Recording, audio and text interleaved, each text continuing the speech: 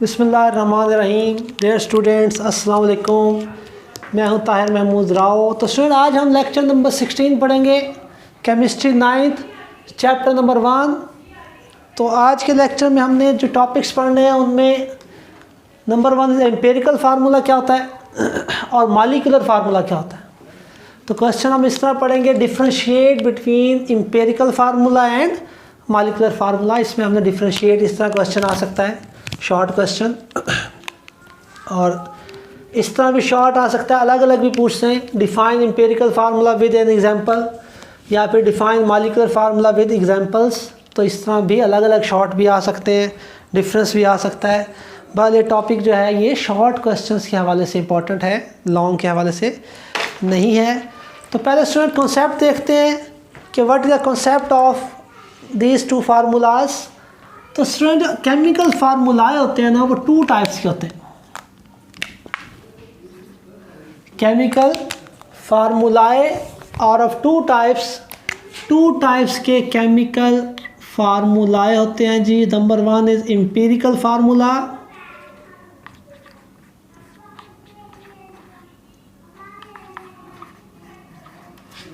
Number 2 is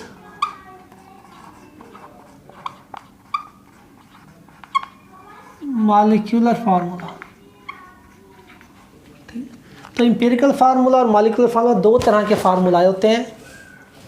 जो molecular formula होता है स्टूडेंट, वो आपको कंप्लीट इंफॉर्मेशन देता है, यानी किसी कंपाउंड का जो मॉलिक्यूल होता है, किसी कंपाउंड का जो मॉलिक्यूल होता है उसके अंदर कौन कौन से एलिमेंट्स प्रेजेंट हैं और कितने एटम्स प्रेजेंट है, कंप्लीट इंफॉर्मेशन आपको कौन देता है? Molecular formula. तो मॉलिक्यूलर फार्मूला आपको एक्चुअल नंबर ऑफ एटम्स बताता है, एक्चुअल असल नंबर ऑफ एटम्स, एटम्स की तादाद बताता है जो मौजूद होती है मॉलिक्यूल ऑफ दैट कंपाउंड में। जो किसी कंपाउंड के मॉलिक्यूल के अंदर एक्चुअल नंबर ऑफ एटम्स मौजूद होते हैं उनको बताता है मॉलिक्यूलर फार्मूला।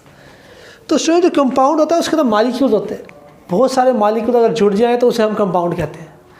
ठीक है, बहुत सारे मॉलिक्यूल अगर इकट्ठे हों उन्हें हम क्या कहेंगे? कंपाउंड कहेंगे। ठीक, तो ये मॉलिक्यूलर फार्मूला होता है। जो एम्पिरिकल फार्मूला होता है ये स्वयं जस्ट आपको simplest whole number ratio of atoms बताएगा।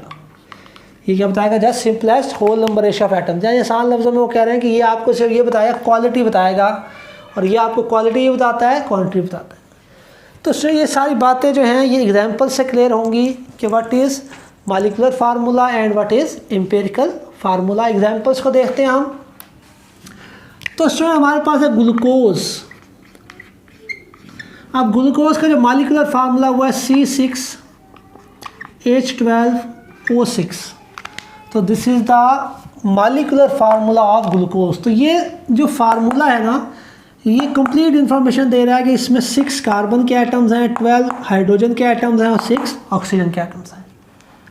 तो स्टूडेंट, अब ये जो है फार्मूला ग्लूकोज का C6H12O6, अगर हम इसको टेबल पे कट ऑफ करें, किसी टेबल पे जिस पे कट ऑफ हो रहा हो, सारे एटम्स की रेशियो है 6:12:6 है ना ये, तो ये किस टेबल पे कट ऑफ हो सकती है हम देखते हैं। तो 6 के टेबल पे कट ऑफ करें, C1, 6 1 1, 6 2 12, तो 2 आएगा, H2 और O1, तो क्या बन गया? C1H2O1। अगर हम उसको 6 के टेबल पे कट ऑफ करें ग्लूकोज के मॉलिक्यूलर फार्मूले को, तो अब 1 लिखने की ज़रूरत नहीं होती। CH2O क्या बना जी? CH2O।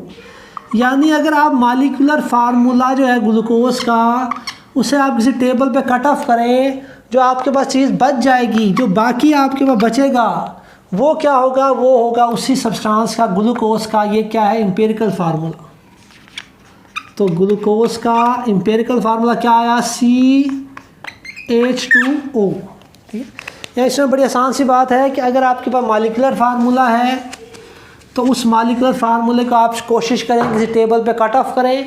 तो टेबल पे जब आप कट ऑफ करेंगे तो जो simplest whole number ratio of atoms आएंगी, जो चीज़ बचेगी, जो simplest whole number ratio of atoms बच जाएगा, उसे हम कहेंगे this is the empirical formula of that substance. जो भी सब्सटेंस हो, ग्लूकोज हो, जो भी हो।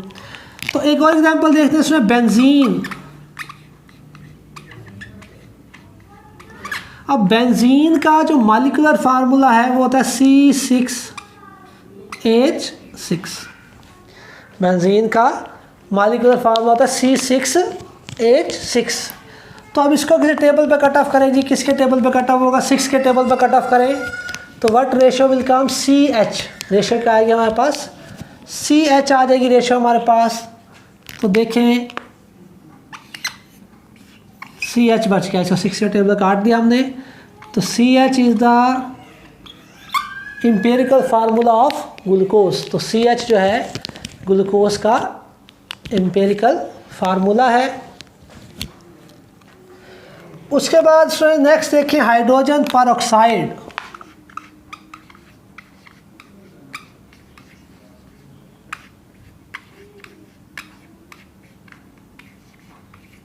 हाइड्रोजन परऑक्साइड का मॉलिक्यूलर फार्मूला क्या है जी, H2O2 मॉलिक्यूलर फार्मूला है हाइड्रोजन परऑक्साइड का। तो इसको भी 2 के टेबल पर अगर कट ऑफ करें तो क्या बचेगा, HO।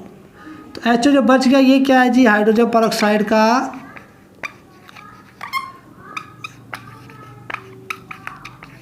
एम्पिरिकल फार्मूला है। ये मॉलिक्यूलर फार्मूला है हाइड्रोजन परऑक्साइड का H2O2 और ये एम्पिरिकल फार्मूला है HO।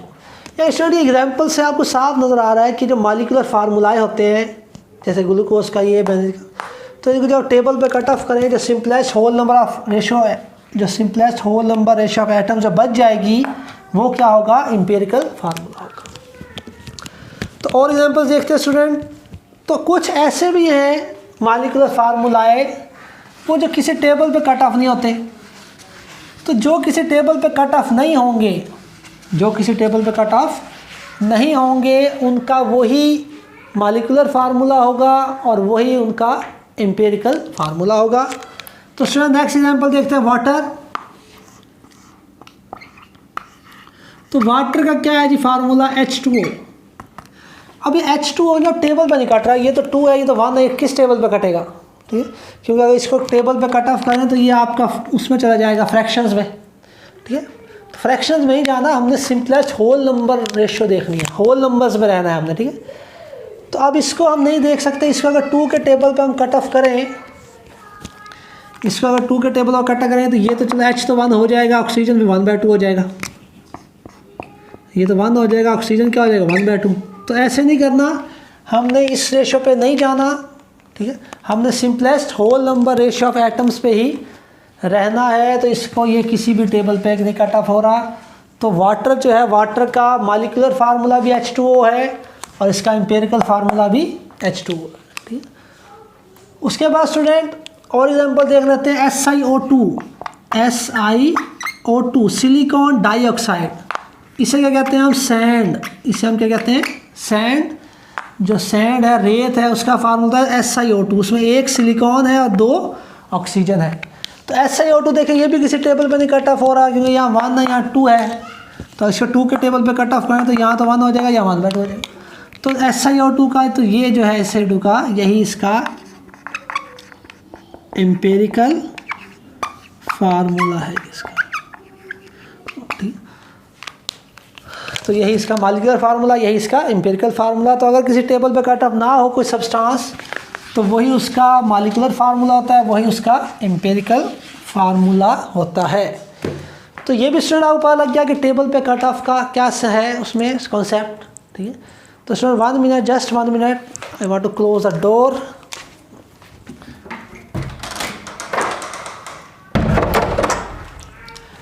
तो उसके बाद स्टूडेंट देखते हैं कि कुछ हमारे पास एक और चीज़ देख लेते हैं, डेरिवेशन कैसे करते हैं।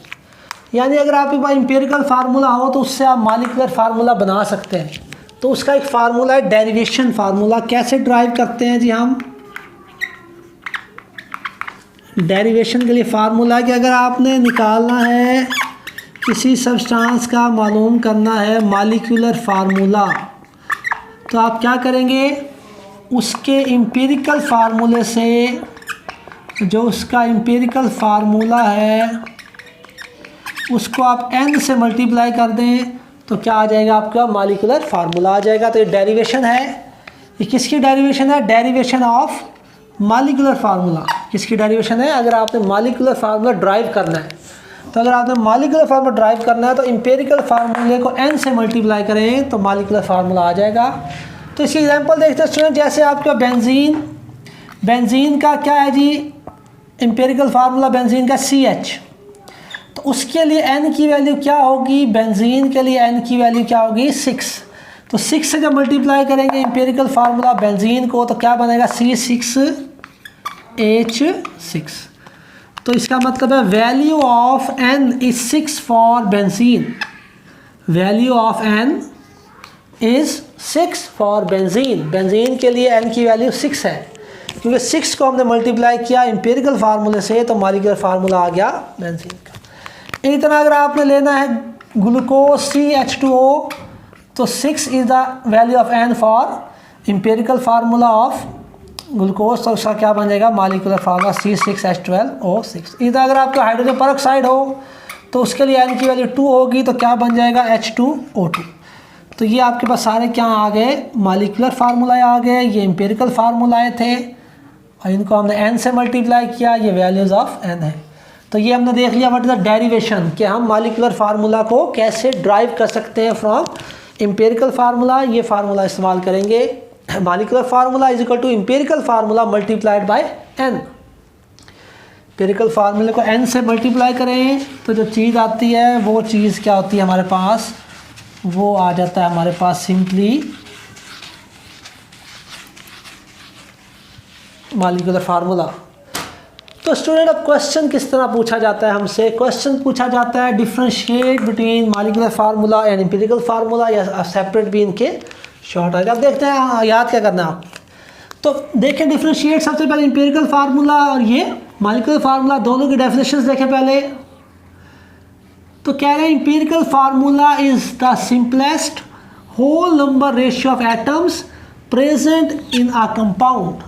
किसी कंपाउंड में एटम्स की जो सिंपलेस्ट होल नंबर रेशियो है वो उसका क्या होता है एम्पिरिकल फार्मूला। क्या होता है एम्पिरिकल फार्मूला, यानी इसमें हम क्या करते हैं किसी टेबल पे कट ऑफ करके सिंपलेस्ट रेशियो निकालते हैं, simplest whole number ratio of atoms निकाल लेते हैं। इसका मतलब है हम इसको देखते हैं कि टेबल पे कट ऑफ हो रहा है तो करते रहते हैं जब तक कोई उसका एंड ना आ जाए, यानी उसको जब तक वो किसी टेबल पे कट ऑफ हो रहा है तो करते रहते हैं। जो चीज़ बचेगी वो सिंपलेस्ट हो जाएगी, वो सिंपलेस्ट जो चीज़ बचेगी उसे हम कहते हैं एम्पिरिकल फार्मूला। तो दोबारा देखें student, empirical formula is the simplest whole number ratio of atoms present in a compound. किसी कंपाउंड में जो simplest whole number ratio of atoms मौजूद होती है उसे हम क्या कहते हैं एम्पिरिकल फार्मूला। एग्जांपल देख रहे हैं student, the covalent compound of silica sand is simplest ratio of 1 and 2 of silicon and oxygen respectively, it's empirical formula is SiO2। ठीक है, तो सैंड का फार्मूला क्या है जी SiO2।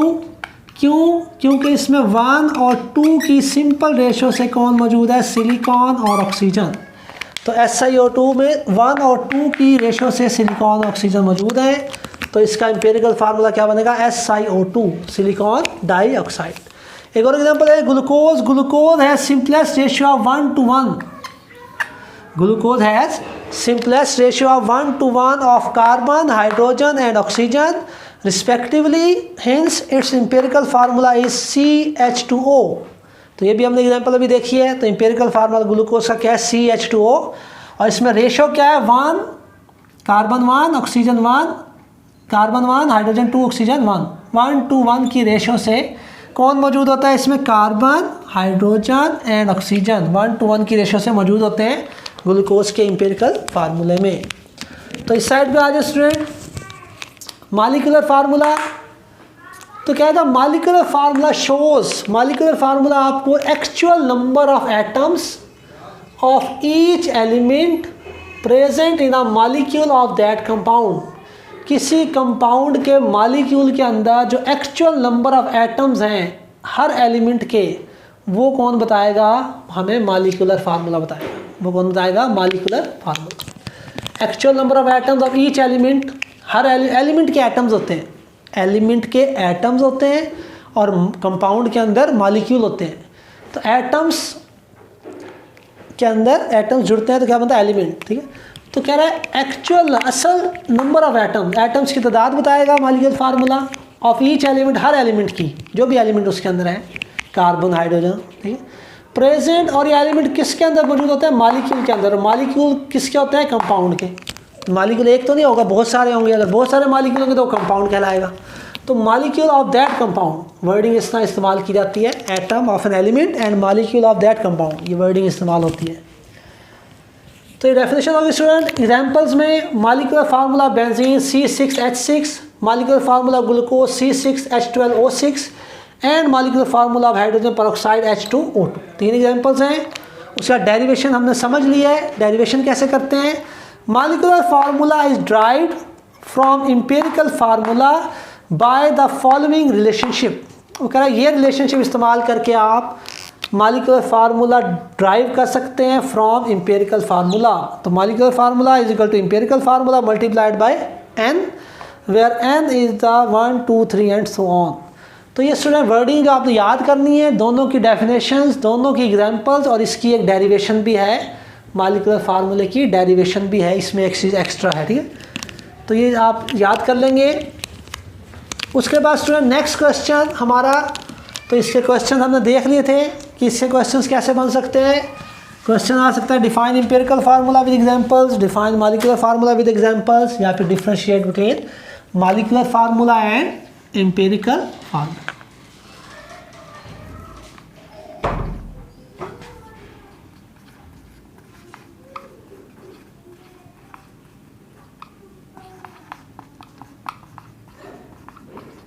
Next student define formula unit with an example. तो सिर्फ formula unit क्या होता है? फार्मूला यूनिट जो है वो जो हमारे आयनिक कंपाउंड्स होते हैं, हमने पढ़ा था आयनिक कंपाउंड जो होते हैं, जो आयनिक कंपाउंड्स होते हैं वो 3 डायमेंशनल क्रिस्टल लैटिस की फॉर्म में मौजूद होते हैं। जो आयोनिक कंपाउंड्स होते हैं वो किस फॉर्म में मौजूद होते हैं? Ionic compounds 3 dimensional crystal lattice, 3 dimensional crystal lattice की फॉर्म में होते हैं आयनिक कंपाउंड्स, ठीक है। जैसे इस तरह आपके देख लें, इस तरह। तो 3 डायमेंशनल क्रिस्टल लैटिस की फॉर्म में होते हैं। पॉजिटिव आयन को नेगेटिव आयन ने घेरा होता है, नेगेटिव आयन को पॉजिटिव आयन ने, पॉजिटिव को नेगेटिव ने, नेगेटिव को पॉजिटिव ने, तो हर पॉजिटिव आयन के गिर्द बहुत सारे नेगेटिव आयंस होते हैं और नेगेटिव के गिर्द पॉजिटिव आयंस होते हैं। तो इस तरह होता है आयनिक कंपाउंड्स, ठीक है। तो 3 डायमेंशनल क्रिस्टल लैटिस की फॉर्म में मौजूद होते हैं आयनिक कंपाउंड्स। हर पॉजिटिव आयन को नेगेटिव आयन ने घेरा डाला होता है और नेगेटिव आयन को पॉजिटिव आयन ने। तो उसमें स्टूडेंट जो एक आपका जो सिंपलेस्ट यूनिट होता है आयनिक कंपाउंड्स में, जो उसको आप डिवाइड करिए, सिंपलेस्ट यूनिट होगा उसे फार्मूला यूनिट कहते हैं। फॉर एग्जाम्पल ये आपका नमक है।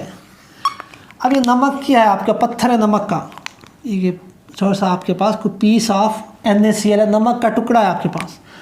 अब इस नमक के टुकड़े में करोड़ों अरबों की तादाद में क्या होंगे? NaCl, positive negative ion, positive negative ion, ठीक है। हज़ारों की तादाद में क्या होंगे? Positive negative ion, Na positive, Cl negative, Na positive, Cl negative, ठीक है। बहुत सारे पॉजिटिव नेगेटिव एक दूसरे को क्या होंगे? एक दूसरे को इन्होंने घेरा डाला होगा, पॉजिटिव को नेगेटिव ने, नेगेटिव को पॉजिटिव ने, ऐसे, ठीक है। तो अब इसमें एक Na पॉजिटिव और Cl नेगेटिव, एक, अब जब थोड़ा सा भी आगे अब नमक है ना, उसमें तो करोड़ों अरबों की तादाद में Na पॉजिटिव और Cl नेगेटिव आयन होंगे। तो उसमें जो जस्ट 1 Na पॉजिटिव और 1 Cl नेगेटिव है, एक जो एक Na पॉजिटिव Cl नेगेटिव, इसको क्या कहते हैं? Formula unit. क्या कहते हैं? फार्मूला यूनिट कहते हैं। यानी जो simplest whole number ratio of ions होती है, जो simplest whole number ratio of ions present in an ionic compound is called formula unit. The simplest whole number ratio of ions as present in a formula in an ionic compound is called formula unit. अच्छा, इसे दोबारा इस तरह देखते हैं। जैसे first करें, आपका छोटा सा नमक है, इसमें बहुत सारे Na पॉजिटिव हैं, बहुत सारे Cl नेगेटिव हैं, बहुत सारे Na पॉजिटिव, बहुत सारे Cl नेगेटिव। छोटा सा आपके पास कौन है जी? नमक है जी। तो अब ये नमक का आपका थोड़ा सा टुकड़ा है, तो इसमें फर्ज करें 1000 Na पॉजिटिव आयन है और 1000 Cl नेगेटिव आयन है, ठीक है। तो 1000 Na पॉजिटिव आयन है, 1000 Cl नेगेटिव आयन है, थोड़ा सा आपका नमक है। तो इसमें 1000 एन पॉजिटिव 1000 तो इसी रेशो निकालें, कट ऑफ करें टेबल पे, सिंपलेस्ट रेशो क्या निकलेगी, 1000 के टेबल पे कट ऑफ कर दें 1 1 आ जाएगा, ठीक है, 1000 1 1 1000 के टेबल पे कट ऑफ कर दिया जी, तो क्या बनेगा Na पॉजिटिव Cl नेगेटिव। तो ये सिंपलेस्ट रेशो 1 1 क्या आ गई, एक Na पॉजिटिव और एक Cl नेगेटिव। तो ये सिंपलेस्ट रेशो बचेगी, इसे कहते हैं फार्मूला यूनिट, इसे कहते हैं फार्मूला यूनिट, ठीक है। तो फार्मूला यूनिट कहते हैं इसको हम, जो simplest whole number ratio of ions present in an ionic compound is called formula unit. किसी आयनिक कंपाउंड में जो simplest whole number ratio of ions मौजूद होती है उसे हम क्या कहते हैं, फार्मूला यूनिट। ये आयनिक कंपाउंड है, नमक क्या है, नमक है थोड़ा सा टुकड़ा, इसे आयनिक कंपाउंड कहेंगे, और उसकी जो रेशो निकाल लिया आपने, ये एक आ गया, तो ये फार्मूला यूनिट। तो आपने इसकी डेफिनेशन याद कर लेनी है जस्ट, और इसमें आपने कुछ भी नहीं करना, जस्ट आपने डेफिनेशन याद करनी है। आंसर में इट इज द, यार इससे स्टार्ट करें द से, the simplest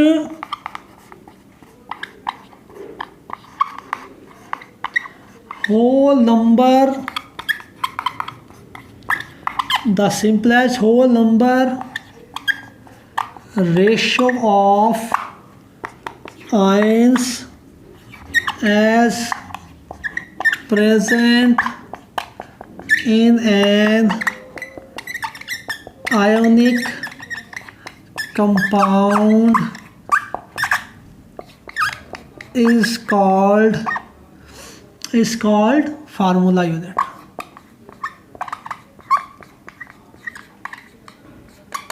The simplest whole number ratio of ions as present in an ionic compound is called formula unit. और एग्जांपल क्या है स्टूडेंट, एग्जांपल भी देख लें।